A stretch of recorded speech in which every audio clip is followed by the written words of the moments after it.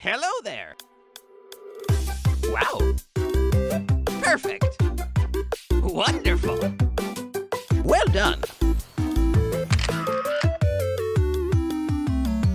Okay.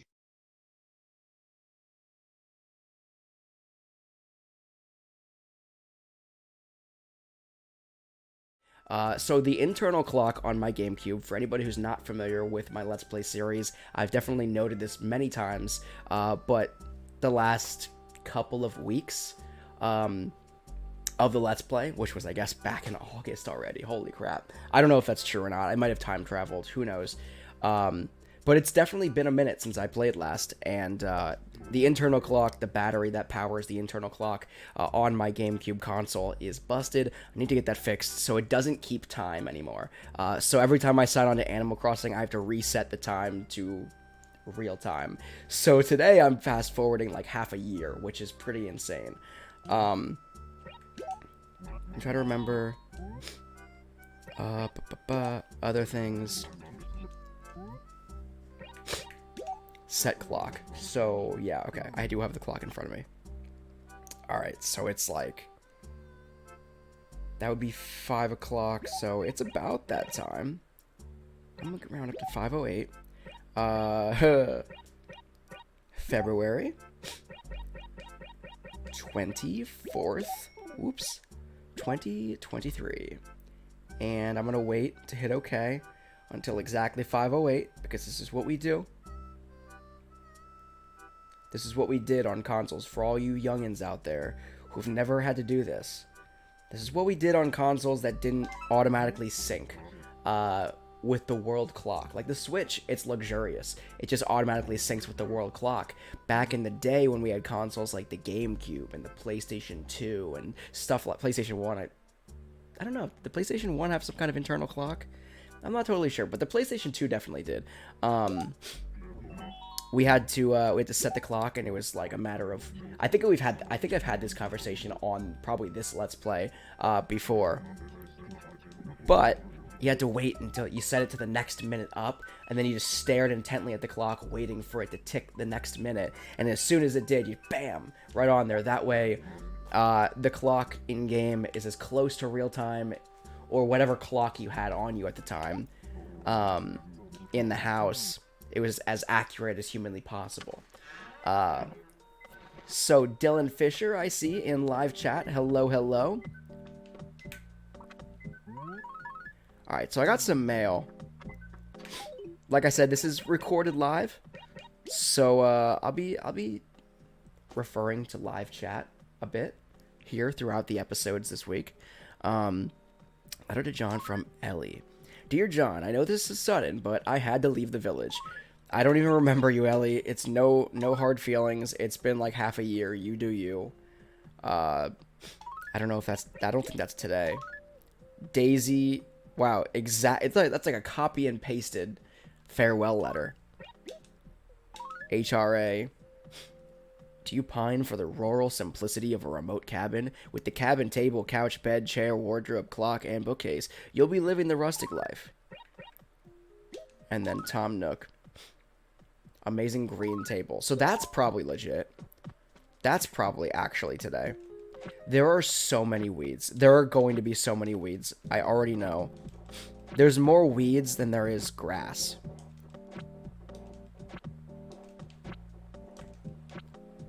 So definitely one of the priorities for today is going to be plucking weeds. And I still have, for future episodes, I still have plenty of bugs and fish to catch. So let's see how many actually. So I have 1, 2, 3, 4, 5. There are 5 fish I still need to catch for my Critterpedia in this game and for my museum. And then as far as bugs go, we are just 3 away. I believe this is a scorpion. We're going to have some trouble finding that one. But yeah, we're 3 away. 3 away and 5 away. So 8 total creatures away from completing the Critterpedia here in the original Animal Crossing game. I'm super proud. The last live stream I did, it was like a char hunt. It was a spotlight on trying to trying to conquer my Critterpedia and finally catch the Char. And I actually finally did it. And Animal Crossing New Horizons in that moment became the first game, the first Animal Crossing game the Nintendo Beast, have ever successfully completed a Critterpedia. And me being like this huge Animal Crossing nut, like playing all 5 games, loving all 5 games. If I had to pick a game franchise that was my all-time favorite, it would be Animal Crossing. And so, like, it's weird for me to think, like, after all this time, after so many, like, hundreds, if not thousands of hours, I've sunk into pretty much each game now. Not just here on the channel, but, like, through my entire childhood, too. It's insane to me that New Horizons was the first Animal Crossing game where I actually completed my entire Critterpedia. And I'm not going to stop, obviously, these Let's Play series. I'm not going to stop until I complete the Critterpedia and the museum in all of the games. And in New Horizons, I still have artwork to collect, but artwork is a little bit easier to collect, at least in New Horizons, because there's Nookazon. And I have bought a couple of pieces of artwork, and I don't feel like that's cheating. Because it's you're buying it anyway. It's not like you're doing anything skillful.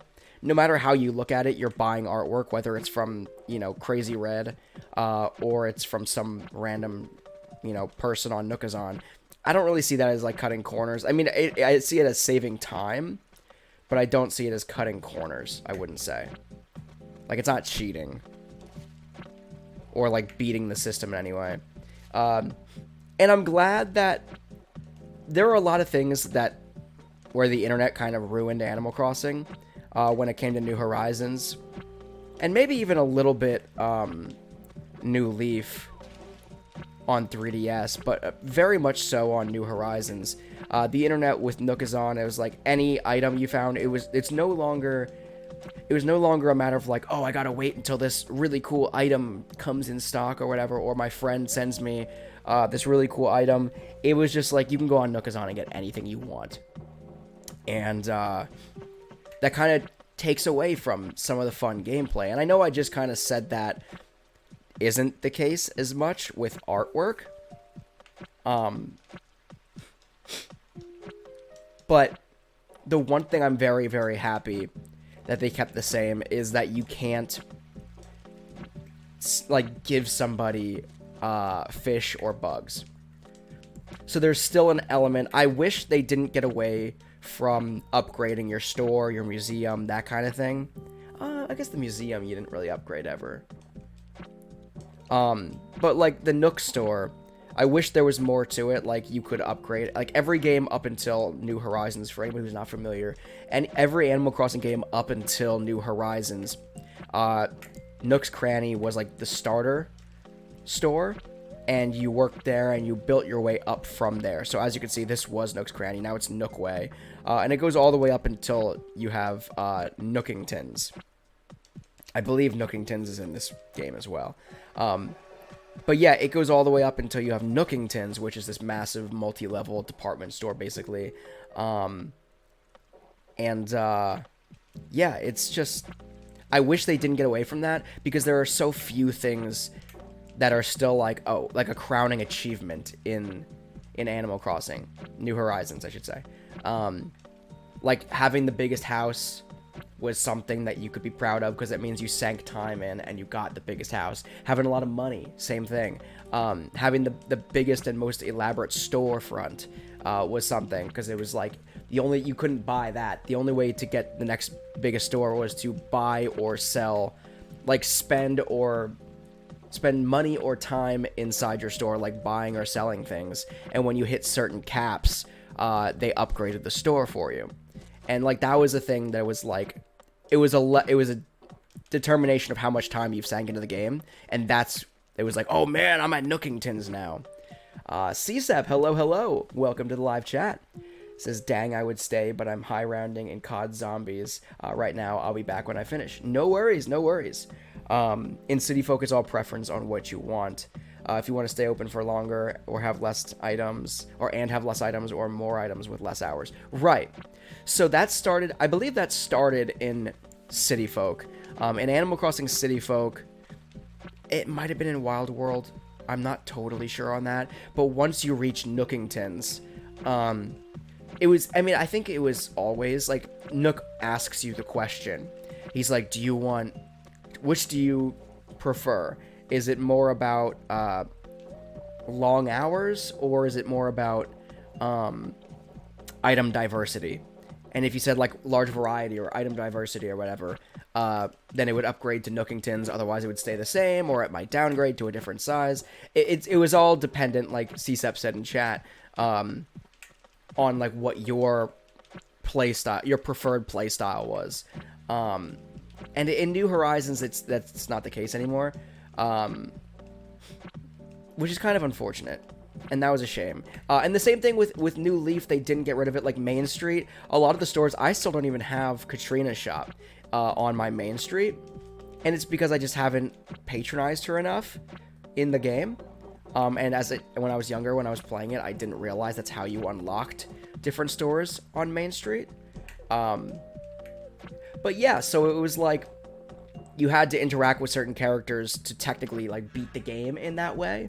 And in New Horizons, the only real metric where you have to complete things, I guess you have the Nook Mile stamp things, but, like, nobody really looks at those. You know what I mean? Nobody really takes those seriously outside of just, like, earning money for Nook Miles ticket or Nook points for Nook Miles tickets and the such. But outside of that, it's just your museum. And, like, specifically, not even the fossil wing. The fossil wing you can buy your way. The art wing you can buy your way. It's just about catching all the fish and bugs. And there are modders out there. I don't know if they can mod their Critterpedias. I imagine they could. Like, somebody came into one of my live streams once in New Horizons and modded and gave me the fish and the bugs that I needed. And that's how I completed my museum wings, but it didn't actually count towards my Critterpedia, which I'm thankful for, because, like, City Folk is a game that I modded a lot in, and there are elements that I kind of shot myself in the foot, because going back, I'm just like, oh wow, I wish I would have spent the time to do that, rather than just, you know, modding my way to have all this money and whatever. Like, now in City Folk I have, like, infinite money. But yeah, it is what it is. I'm not mad at it. And there's still plenty to do in City Folk. As you see, the Let's Play series is still going very strong. I still haven't completed my Critterpedia. There's a lot to do, which we'll see a little bit later.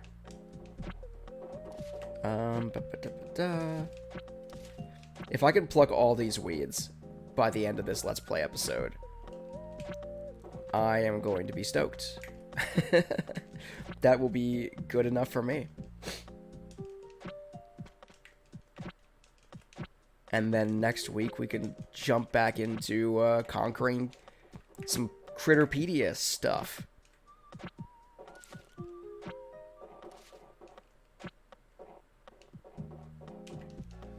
C-Step says, LOL, I remember that from the live stream. The modder, he would walk and money would drop on the ground behind him. Yeah, it was insanity. And what's crazy is, like, I didn't even realize, honestly, that, like, that level of modding was even around on the Switch. So, like, back in the day, I modded my Wii, and it was, like, you know, the homebrew channel. I think I have a video somewhere on my channel about how to, I don't know if it's still applicable to Nintendo Wii consoles anymore, but, like, how to install the homebrew channel and all that good stuff. And I used that for, like, the AC edit, AC toolkit, whatever, to mod Animal Crossing City Folk. And I used to mod a little bit with that, and I kind of got away from that. I did mod my Nintendo 3DS, but only because I had to get the Animal Crossing New Leaf. I didn't have to, but I wanted to get the Animal Crossing New Leaf save data off of my 3DS and load it into the Citra emulator, which I now, use for my Let's Play series. I had to do that, and the only way to get save data off of your 3DS, at least the original 3DS model that I have, was to mod it. So, C-Sip says, welcome to gardening with the Nintendo Beast. 1 hour special. Indeed. Yeah, this is all... I mean, this is part of the game, though, right? This is part of the allure of the game. Just... I mean, right now it's just chit-chatting and, chit-chatting and pulling weeds. Also, let me know, since this is a live stream, and my configuration's a little bit different than it used to be in my Let's Play episodes, let me know in live chat what the audio situation is like, if you can't hear the game audio enough, if you hear it too much, etc.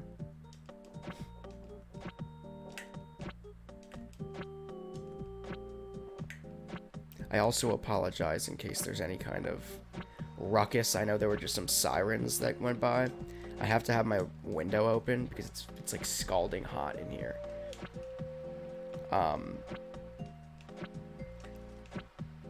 C-Sep says it sounds great. Awesome.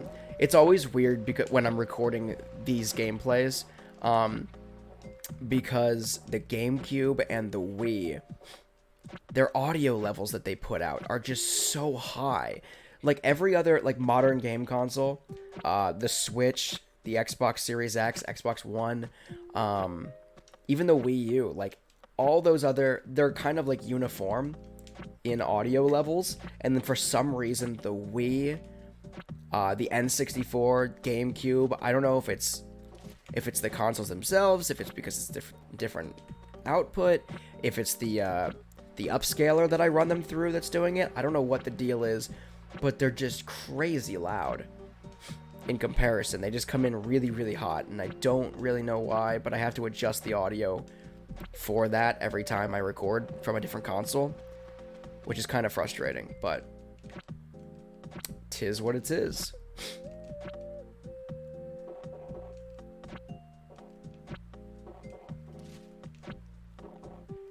But yeah, like I was saying, I'm really glad that they left that element, in the game for New Horizons, and I'm disappointed that that's the only real metric that you can demonstrate, like, oh, I sank this much time into it. Like, I guess terraforming is also one of those things, but I don't know. It's not even, like, a lot of the terraforming, like, it's not original. It's like, oh, I looked online and I found this person that did this, so I did it too. And then people are really down about their islands. They're just like, oh, my island looks like crap. And it's like, why do you say that? I think it looks great. And they're like, I don't know, I've seen other people's islands. And it's like, stop comparing. That's weird. I mean, it's not weird. I understand. I've done it too. And I resist the urge to kind of verbally crap on my own island, but it's the same kind of deal. It's like looking at social media and seeing other people and what they post of themselves on social media and getting like either jealous or feeling lesser about yourself because of social media. And I think we've had this conversation on the Animal Crossing Let's Plays at some point too, but it's the same kind of deal. It's like, it's all about comparing to other people on the internet, and that's one of the reasons that New Horizons just didn't quite jive with me at first. Is jive the right word to use? I don't know. But it's one of the reasons, because it just felt like I didn't feel like I was competing with my friends to like unlock things first, and it didn't feel like I was competing with or just like kind of relaxing. Like, there are two different ways to play it, right? There's the competition style, where you're trying to beat your friends to, like, unlock certain things or find certain items or whatever, or make a certain amount of money. And then there's just the relaxed, chilled way, where it's just like, you just play it as the game comes to you, and you just enjoy every second of it. And I try to go for kind of both. Like, back in the day, I used to go for the competition style. Now and that includes time traveling and stuff like that. To different holidays to make money, to get certain items, etc. But now I try to take it as much as possible, just as it comes to me, which I think is much more relaxing, and I enjoy that play style better. But also, I just feel like I do have a little bit of, I do and will have a little bit of nostalgia for Animal Crossing New Horizons, especially down the road, I imagine, like 5-10 years down the road. But every time I boot it up now, I still have a little bit of nostalgia because it released during the pandemic and it was like such an integral part of my life and so many people's life. It was like the foundation game that got this channel back up and running. Like, for anybody who doesn't know, I started this YouTube channel, the Nintendo Beast, where, like, I was probably like 13 years old maybe when I started the channel, and then I got back on the channel. I think like 10 years later, I was like 20 or 23, I guess I was, right? Back in 2020. Something like that.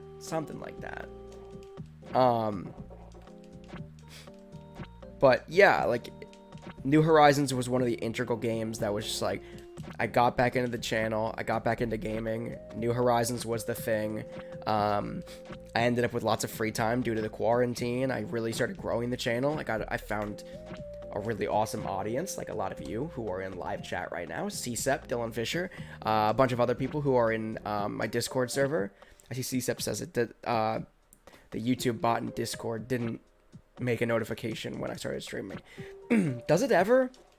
I know it notifies everybody when I upload new video content, but I don't know if it does for live streams. I might have to reconfigure that. I might definitely have to reconfigure it, but I might have to reconfigure it for that purpose. But yeah, I think even now, like, I boot up Animal Crossing New Horizons, and I remember the excitement starting that Let's Play series, and I remember the excitement of doing live streams here on the channel with it, and just like, and the really cool people I've met along the way, both in-game, in-game, in stream, etc. I feel like I'm using the word etc. a lot lately, or a lot today, but anyway.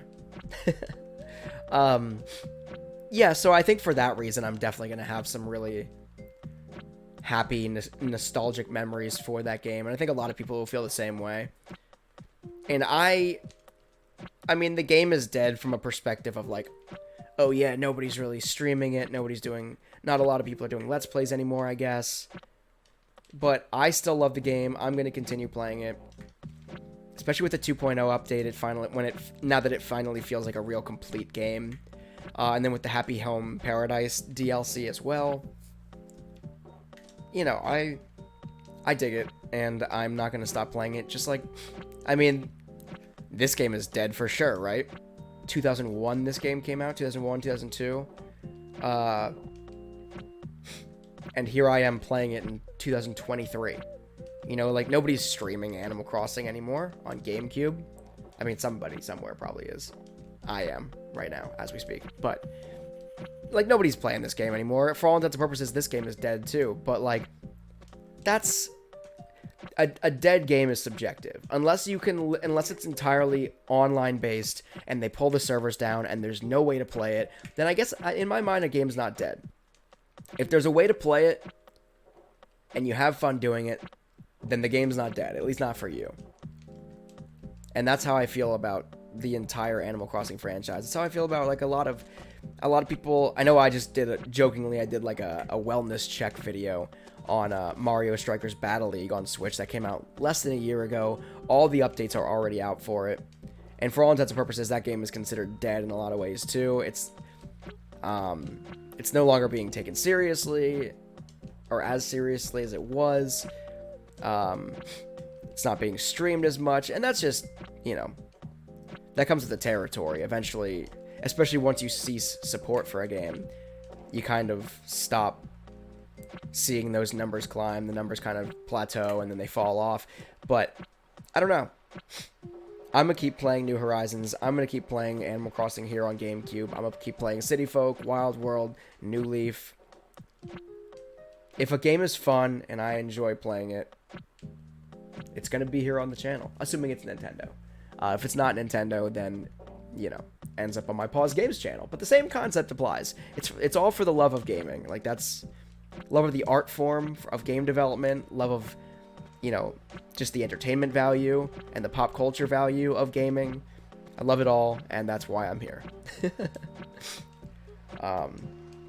CSEP in chat says, yeah, New Horizons saved a lot of people in the pandemic. That's what I'm saying. It was a lifesaver. It was such a relaxing thing. I mean, could you imagine, on the same day, March 20th, 2020, Doom Eternal released. Can you imagine if everybody, instead of picking up the controller and playing New Horizons, every single person picked up a controller and played Doom Eternal? You know how angry people would be? Like, we would just have the most aggressive group of quarantined people ever. There'd be, like, murder. There'd be homicides in their homes. Like, it would just be... I was the one that played both. Like, I played Doom Eternal, and it's great. It's a great game. It's a lot of fun. But it's a very aggressive, strenuous game also. And, like, New Horizons they were literally polar opposites, and I think they balanced each other out quite beautifully. I don't know if the target audience is even remotely the same. Like, I might be one of the very few that have played both Animal Crossing New Horizons to the extent that I have, as well as playing Doom Eternal all the way from, I'll say, from cover to cover, from title screen to end credits. But, yeah, I feel like, in fairness, the target audience overlap for those two games is probably pretty slim, but I don't know. Both amazing games. I highly recommend both of them. Oh my god. Alright. How long has it been? It's been just under 30 minutes. I'm getting exhausted picking all these weeds.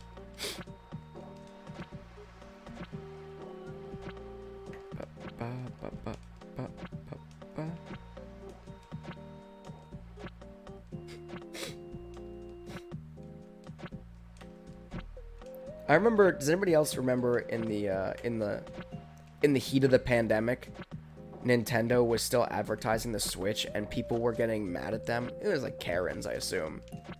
But people were getting mad at Nintendo because they weren't producing enough Switches to, like, meet demand. And it was like, where have you been? The Nintendo Switch has been on the market for, like, at that point, like, what, 3 years? 4 years? I'm trying to think. When did the Switch come out? Was it 2016? I think it was 2016 that the Switch came out. So at that point, it had been on the console for, like, 4 years. Or it had been on the market, sorry. The console had been on the market for, like, 4 years. And it's like, there has never been a shortage up until this point because of the pandemic and because so many people are trying to get into gaming because to pass the time and to stay quarantined and what have you. And it was like, how dare you, Karen, go after Nintendo? Like, there have been ample numbers of Switches on the shelves. There was nothing stopping you from buying one for the past 4 years. And now you want to complain at the company as if it's their fault that suddenly there's a spike in sales. Like, they're stoked about it, but it's not their fault. And it's certainly not their fault that manufacturing dropped off during the pandemic either. Because there were no Karens in the factories to make other Karens Switch consoles. Anyway, I digress. I digress from the Karen shaming.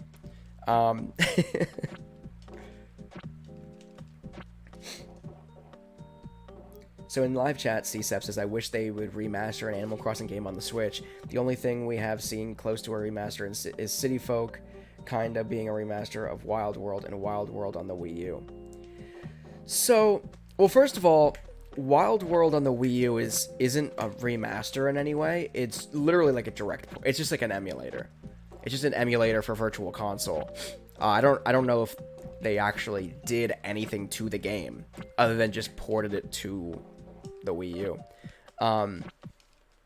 The graphics certainly don't look any better than they did on the 3DS or on the DS, sorry.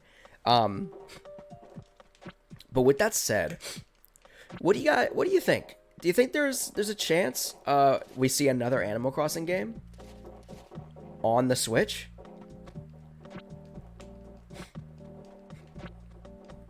That's kind of what because, I mean, let's be real, like, I never expected to see another Splatoon game on the Switch. I really didn't. I thought the era of the Nintendo Switch was kind of coming to an end. It would make sense, like, people were speculating the Switch Pro a year ago, even 2 years ago. People were speculating the next in line console from Nintendo, and, you know, I don't know.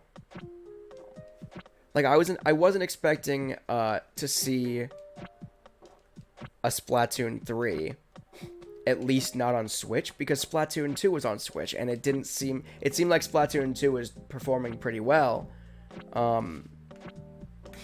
And then they announced Splatoon 3, and obviously Splatoon 3 is out now, and it's great, and yada yada yada, but, like, I'm just curious, like, how long do you think the Nintendo Switch era is going to keep going on? And with that said, do you think it's going to be long enough that we see another Animal Crossing game? CSEP says the Switch has another few years left in its life cycle. That's what I'm saying. Do you think... So it's been 3 years, almost 3 years, since Animal Crossing New Horizons released. I'm curious, with the huge success of New Horizons, I'm curious if we'll see another Animal Crossing title. If Nintendo has at least another 3 years on the timeline, it seems like 3 years was the life cycle, maybe a little bit shorter, of Animal Crossing New Horizons as far as updates go.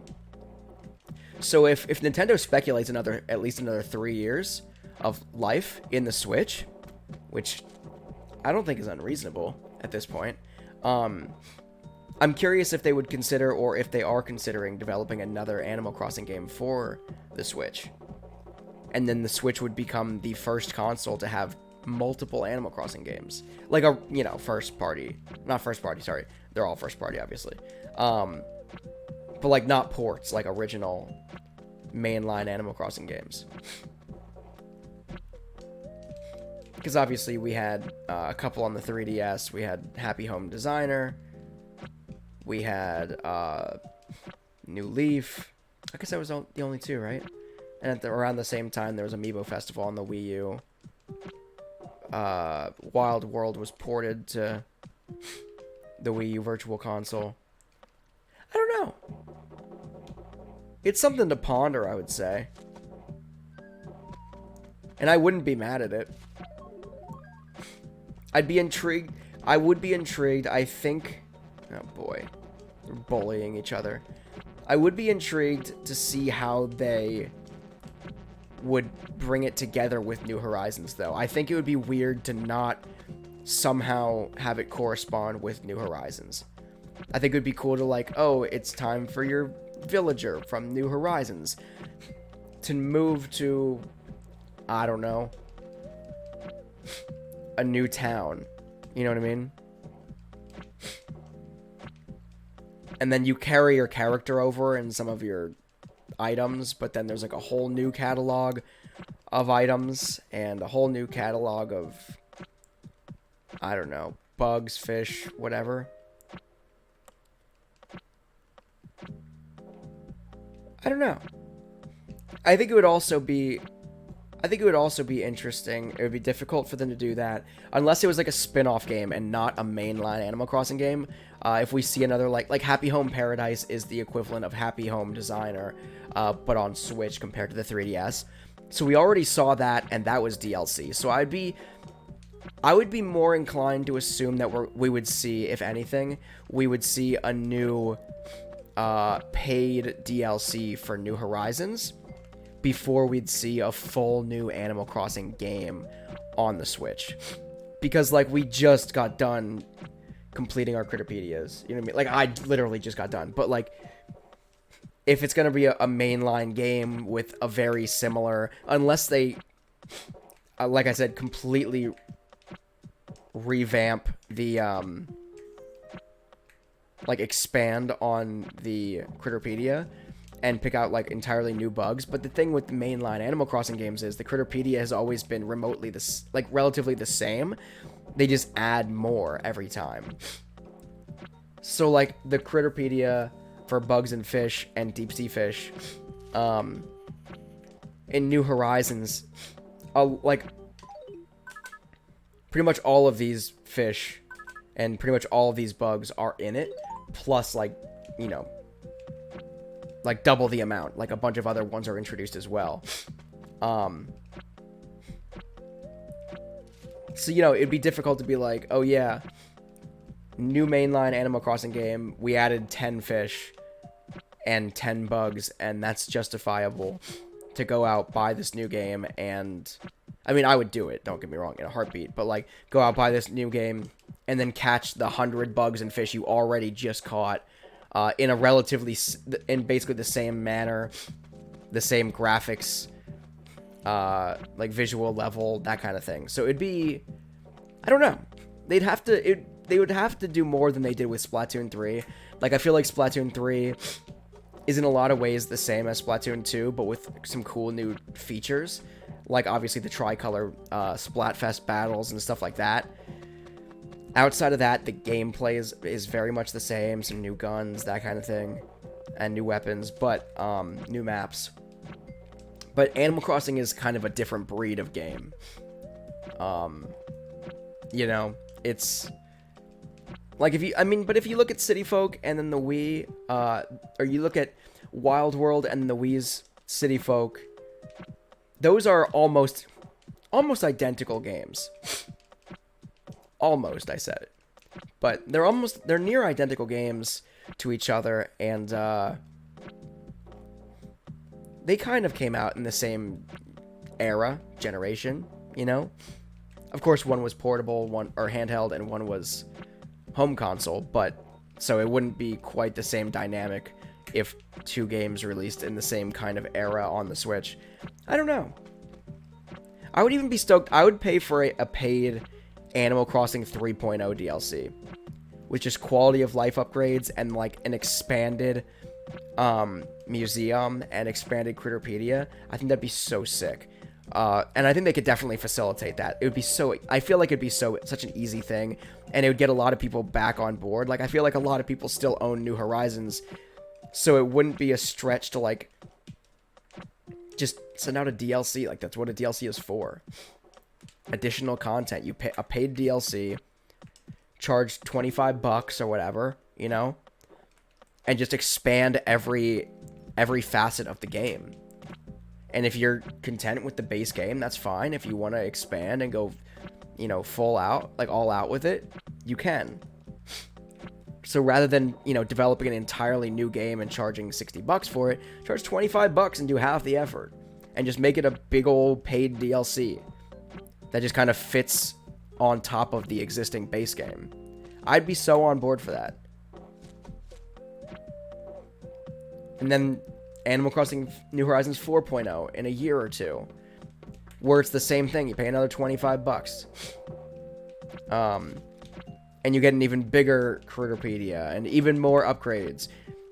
Nook's Cranny, like you bring back that kind of upgradable house, like, or not house, you know what I mean? Bigger houses. You could build a freaking mansion out of your house with the DLC, or you can get indestructible tools in the DLC. You know, those kinds of things. It would be such an easy thing to just add to the game, I feel like. Additional multiplayer functionality. Tortimer's Island. I don't know. These are just the things that I would love to see, and I would love if Nintendo actually took my opinion seriously, but who cares about me, right? Who cares about me and my opinion? But I don't know. I just think there's still a lot of room for Animal Crossing on the Switch. And now that Splatoon 3, which was, everybody was like, oh, Animal Crossing New Horizons is dead because the same development team that did Animal Crossing New Horizons is now working on Splatoon 3. And I feel like now that Splatoon 3 is done and released, I mean, DLC for it, yeah, but like, now that the core game is complete, and on the market, I think we could absolutely see more Animal Crossing on the Switch. But I don't know what that looks like. I don't know if it's reasonable to expect, or not even expect, but, you know, hope for, wish for, maybe. I don't know. So let me know in the comments, in live chat, in the comments, wherever you're watching this. Let me know what you think about the prospect of a new Animal Crossing game coming to Switch. And I guess I should have had this conversation during the New Horizons, you know, portion, Let's Play episode. And maybe we'll revisit the topic, I don't know. But I think we're coming up, we're just about done pulling weeds, man. This is great. We're almost clear. I think this might be the last weed.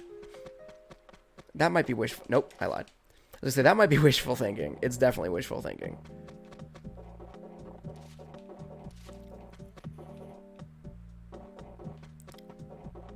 I think one place that I didn't pick any weeds yet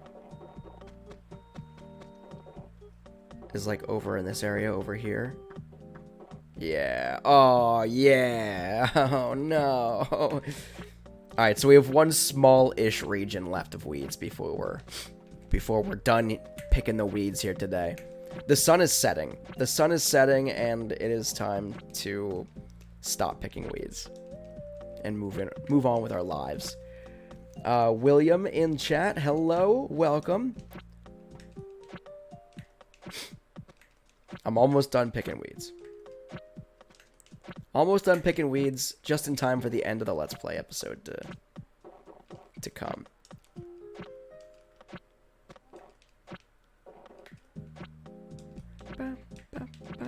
But just the music. The music in Animal Crossing, you could be doing something as ridiculously tedious as just plucking weeds, and somehow it's still the most relaxing thing ever, because it's Animal Crossing, and the Animal Crossing soundtrack is just so beautiful. Every single one of them is just so relaxing and just individually magnificent.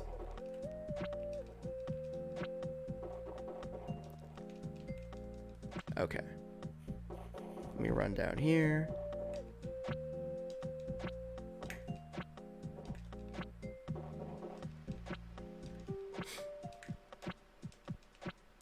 We're almost done, I swear.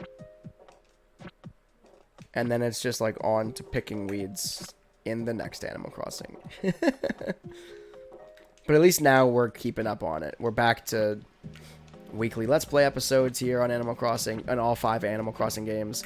So we'll be on top of it. We're back in the game.